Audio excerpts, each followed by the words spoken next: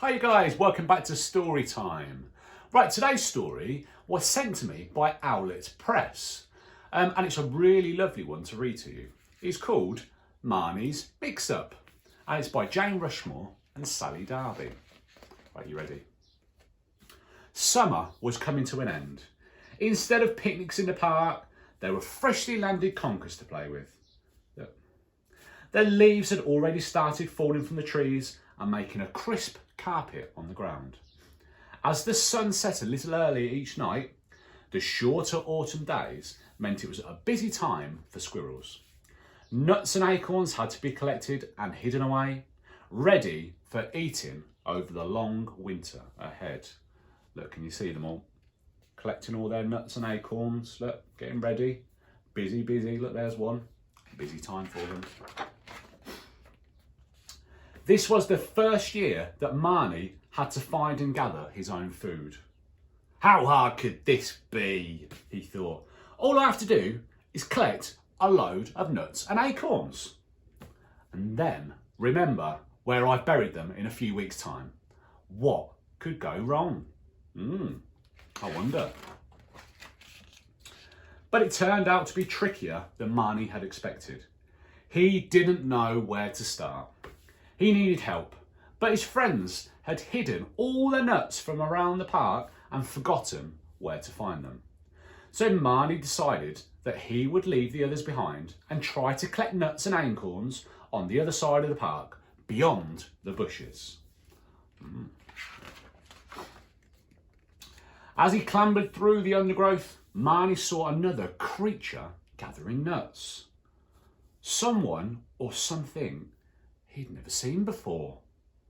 Before he could say anything, the fiery red, chubby-cheeked creature waved its arm in the air and made the strangest noise. Ibble bubble, wibble oof. Poor Marney was so scared. What is it? Then he darted back through the bushes as fast as he could. What on earth was that? He asked himself. A monster? And what was it saying? Maybe his friends would know more. What was it? But none of them were any help. Hey, what does ibble bubble wibble oomph mean? Blinky blonky numpty noo. No idea. Where did you hear that? Oh, never mind. I'll have to ask someone else, Marney sighed.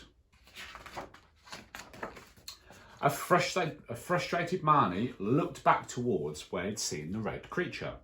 He took a deep breath and braced himself for another look, before darting home at top speed, his heart thumping. Was it trying to speak squirrel? Marney wondered. Was it even a squirrel at all? He'd never seen one that colour before. What if it was a fox pretending to be a squirrel? Marney didn't want to end up in a squirrel sandwich. Perhaps the oldest grey squirrel would know. But he was no help either. Do you know what ibble bubble wibble oomph means? Izzle drizzle ploppy doo. Who said that? Probably just a weasel trying to trick you. Marney was getting more and more stressed. That's no help, Marney frowned. He realised he was going to have to sort this out all by himself. He'll have all the nuts. I won't collect any at this rate. If he couldn't talk to this creature, he would need to scare it away. So he plucked up all of his courage.